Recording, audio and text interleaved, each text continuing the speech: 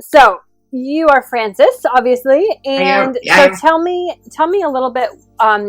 What prompted you to make a big change in your lifestyle and your diet? What was kind of the prompt to get you started? Yeah. Well, it's kind of funny because in December or in November, I visited a girlfriend in Denmark who was reading How Not to Die. And she was kind of pushing it on me. And I spent like a week and a half with her, and we cooked together. And I thought, you know what, I could do this. And she kept kind of pushing me a little bit because I had a heart attack at 51, almost 4 years ago. And that didn't seem to be enough to kick my butt and get me doing anything really differently. So she was kind of, lovingly trying to get me to read the book. And I ended up ordering a copy of it. And so I came home reading that and thinking, okay, I could probably adopt some of this. And then 2 weeks later, after I got back, I went to the doctor and had blood work done that I had put off for a year and a half, and found out that I was diabetic, that I had type 2 diabetes. And that was the week before Christmas. And so I freaked. I just fell apart. Oh no. And I had read enough of How Not to Die to know that it was all about diet and lifestyle. And so I just made the decision the day after Christmas that I was going to follow the Daily Dozen. But I was so overwhelmed that I'm a researcher. That's what I do in business studies. And so I'm trying to read everything. And yeah, just kind of went crazy. And then I found you. So that's kind of my story in a nutshell. Okay, so, but it was really interesting that the heart attack, when you had that heart attack, did you know at that time that changing your diet was going to be a really important step, or did you just not have that piece of the puzzle? I think I knew. I mean, I'm an intelligent person. I think I knew. Yeah. But I was focusing really on my weight. I've been overweight, obese all my life since I was 4 or 5 years old. And I think at that point it was like, okay, I really need to, work on losing weight. And I knew I needed to do that. I tried low carbing a couple of times and was very successful, lost a lot of weight, which is probably what contributed to the heart attack. I don't know. But anyway, I was in Denmark when I had the heart attack. They didn't say anything about diet or exercise. What they did tell me was that having a heart attack that early, I probably wouldn't see 60. But no, I didn't get it didn't sink in any way other than me thinking I really need to get rid of 40, 50 pounds or whatever it was at the time. But I didn't do anything differently. I was really, really in denial, absolutely in denial. Interesting. I think that is really common. And I think with that, I mean, it's so scary as it is, having a heart attack and going through that. It's very emotional. It's very big. It's very scary. And then changing your diet and changing your lifestyle is also very daunting and very big. So I think for a lot of people, it's like they can only handle so much at one time, Right. So yeah. And I think for me, I had high blood pressure since I had children very early. I had high blood pressure with my first pregnancy at 19, have had it since then, have been on medication for 25 years or so for high blood pressure. Yeah. And really not had anybody say, you really need to look at this diet thing and, you're not active enough and that kind of stuff. But like I said, I mean, I think I knew, but I was definitely in denial. I mean, they didn't even call it a heart attack there. They called it a blood clot in my heart. And so even when I moved to Canada, I started telling people, well, it wasn't really a heart attack. It was a blood clot in my heart. And my doctor that I have now was like, well, hon, a blood clot in your heart is a heart attack, And Same he thing. looked at all of my papers and he said, yes, you had a heart attack. And when someone at 51 has a heart attack, then it is a huge flashing light that something's got to change. So we did have that talk in December. Okay. Yeah. But that was really the first time.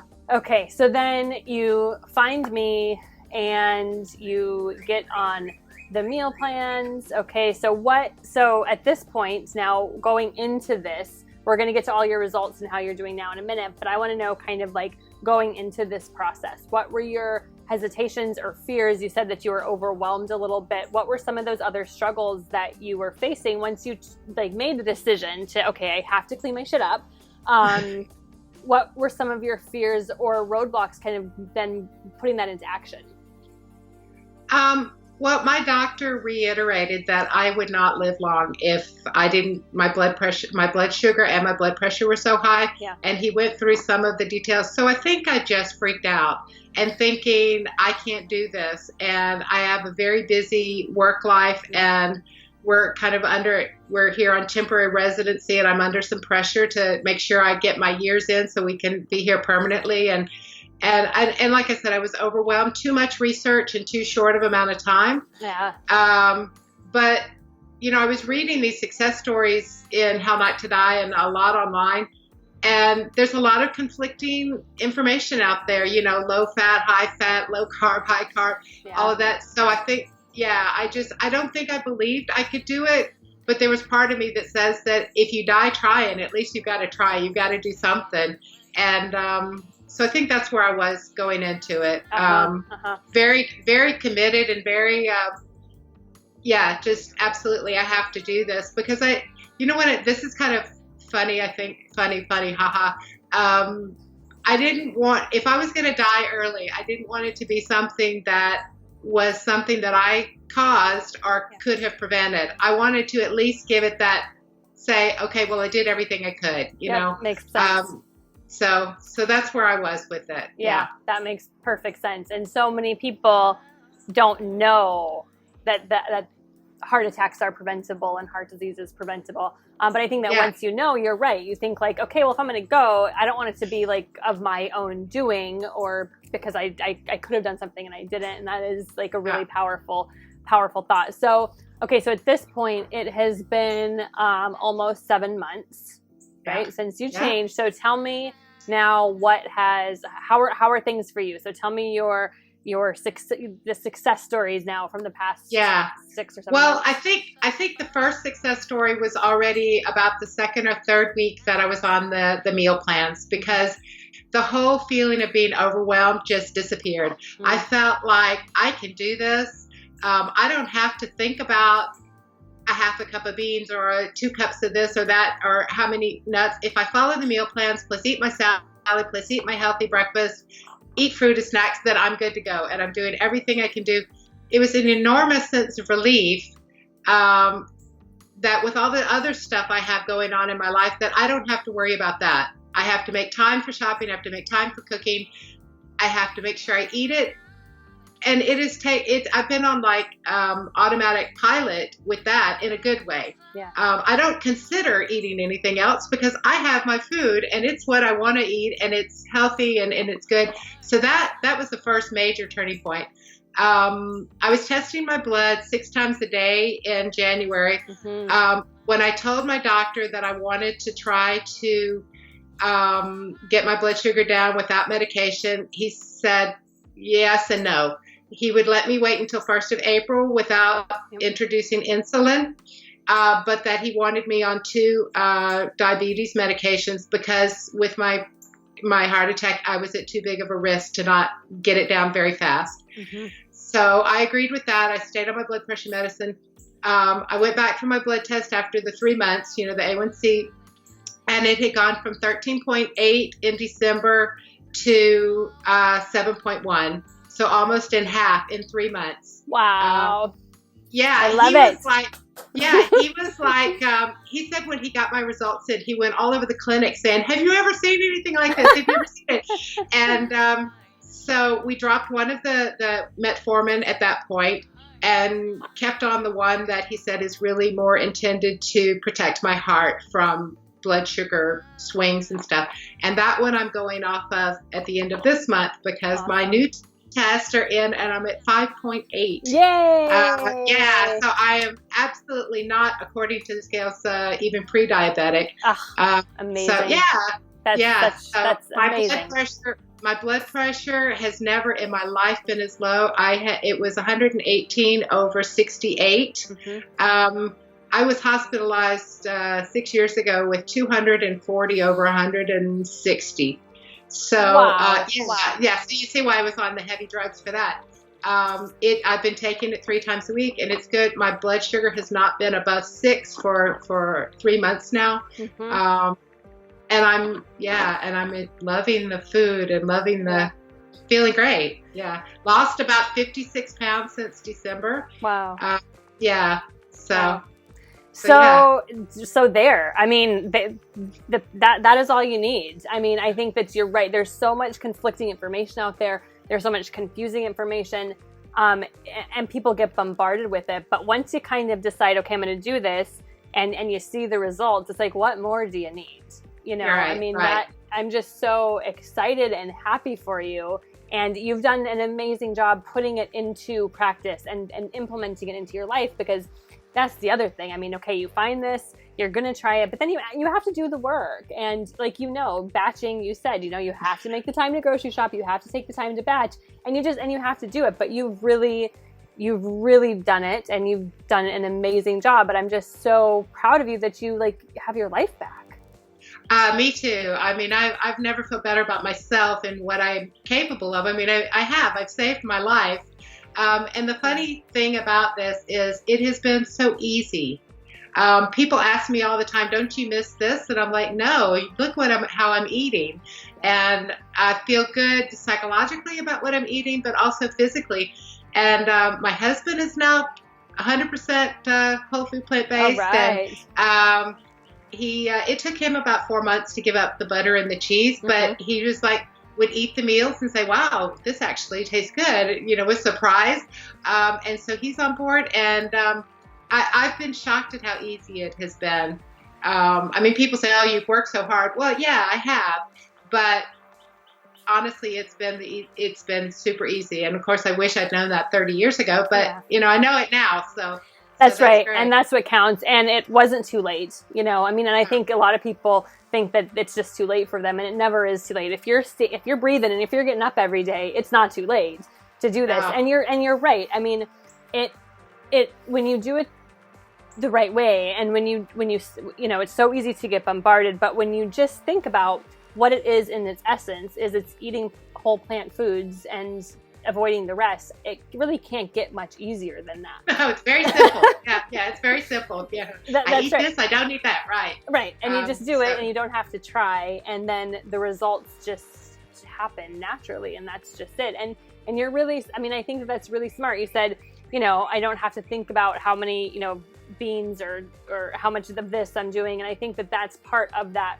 So many people are in that diet mentality and have that diet mentality that even when they kind of switch over to a whole food plant-based diet, that diet mentality still lingers, and it still pops up for people. It does for me still sometimes too. Yeah, and it does. I mean, it takes a while for that. I mean, because it's really programmed in there for most of us, and not just in us, but as society and most, a lot of our friends and coworkers. I mean, the dieting nonsense is just so prevalent that it does take a long time to get kind of unprogrammed from that thinking. And I know for a lot of people, they have triggers that will bring it up, but I think just keep coming back to just not overthinking it, is one of the best things. Like, just don't overthink it. It's okay. Just let go. Don't overthink it. Your body knows what to do. You just got to give it the right stuff and not think too much, because then that's going to keep people stuck and angsty and stress filled, and that works against everything. Yeah. I knew that I wouldn't be able to do it if I had to think about it too much, because I have too much, with work and the fear and all of that kind of stuff. So it's been just a lifesaver to me to be able to just say, I don't have to worry about that. When I start, some of those things used to come up, oh, I can't eat bread, from all of my low carbing days.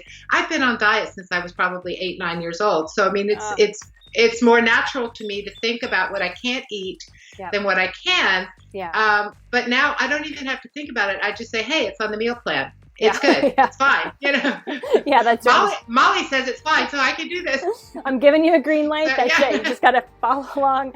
I do the work for you. In that essence. So I'm sure that you've learned a lot about yourself through this whole process, because, like I always say, I mean, it's about the food, but it's also not about the food. I mean, once you start getting into this, I'm sure that there's things that you've learned about yourself and your relationship with food kind of during this process. So can you share a couple of those things, if any are at the top of your head?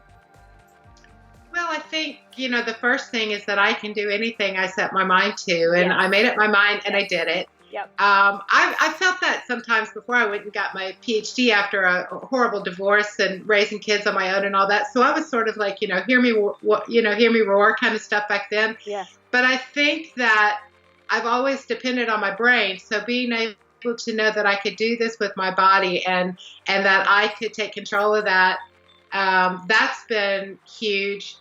That I have learned to quiet my brain about food. I just don't listen to those arguments when people say, well, can't you come out and just have some drinks with us? No, I don't want to. That's not what I do now. And I have this kind of thing that I do with myself, and I say, never say never. And I'll say, it may be that I want to go out and have fish and chips one day. I may choose to do that.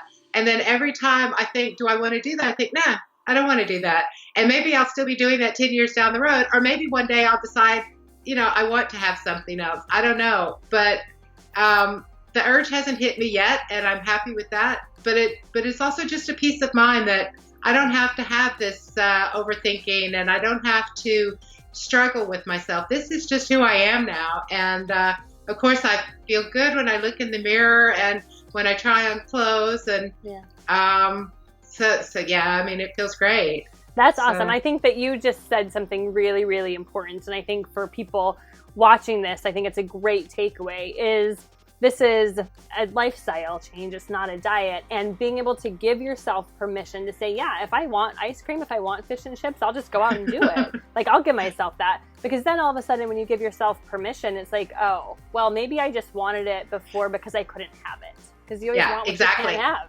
So exactly. So I think that's a great takeaway for everybody. If you tell yourself no, you're gonna, most people are gonna be like, well, fuck you. Yeah, I want it. I'm gonna go out and get it. But if you give yourself permission, it's not as desirable. And then pair that with how good you're feeling on a day-to-day basis. It's like, yeah, why would I want to do anything else? Because you're already past those hurdles of the cravings for, salty, sugary, fatty foods. So yeah, I honestly have not had them. I mean, I gave up caffeine, cigarettes, sugar, everything in one fell swoop in January. And I never did drink much, but I would go out probably once or twice a month and have 2 or 3 drinks. I haven't had one. I haven't wanted one. I thought, oh, my daughter's getting married next month. I'll probably have a glass of champagne or something. And if I do, that's fine. And if I choose not to, then that's fine too, So it's incredibly liberating. Mm-hmm. It really is. Mm-hmm. First time in 55 years, I felt this free about food and myself. Yeah. Amazing. Well, you've taken responsibility for your life. And you've taken responsibility for your health. And that in itself is just the most powerful thing that anybody can do. It is. It is. And I'm sure that your doctors have through this whole time just keep getting their minds blown by this. Yeah, they said that my doctor is actually very healthy, very fit. He's vegetarian.